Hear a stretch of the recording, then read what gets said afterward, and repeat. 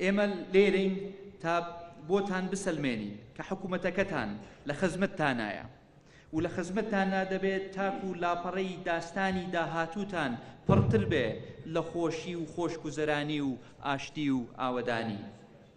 بە ڕۆحیەتی گەرمیانانە ڕوبەڕووی تەحەدا زۆرەکانی بەردەم کوردستان و قەیرانەکان بووینەتەوە.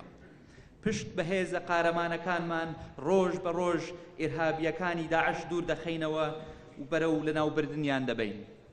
پشت بە فەرمانبەری نیشتیمان پەروەر دەستمان بردووە بە چاکسازی ڕاستەقینە و بەرجەستە لە سیستمی حکومڕانیمان، لە وەزارەتی دارایی و بە باشتر مامەڵەکردن بە داهاتی کوردستانەکەمان، لە تۆمارکردنی گشت موچەخۆری حکوومەتەکەمان لە سیستمێکی بایۆمەتری بۆ نەهێشتن و لە ناوبردنی بندیوار و دوو موچە و سێ موچەی نایاسایی، لە ڕێخستنەوەی میلاکاتی حکوومەتەکەمان و کەرەستەی حکوومەتەکەمان، لە ڕوبەڕووبوونەوەی دیاردەی زێدەڕەوی، لە چاکسازی لە وەزارەتەکانی کارەبا و کاروباری کۆمەڵایەتی، لە شەفافترکردنی کەرتی نەوت و گاز بە وردبینیکردنی تەواوی پرۆسەی نەوت، تاکو بتوانین ئەو گومانەی کە لەسەر ئەو کەرتە هەیە کەم ببێتەوە و متمانەی هاوڵاتیان بگەڕێنینەوە بۆ حکوومەتەکەتان.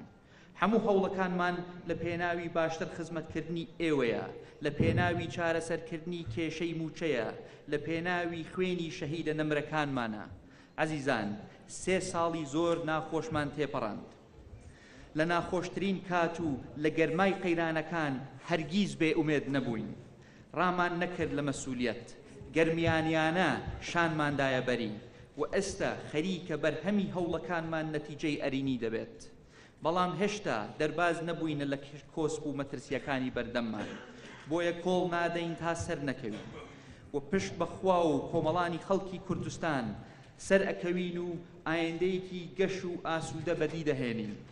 دووبارە پیرۆزبایی لە خۆمان و لە گشت دانیشتوانی کەلار دەکەین بە هیوای 47 ساڵێکی تری پڕخۆشی و سەرکەوتووی و سەرفرازی.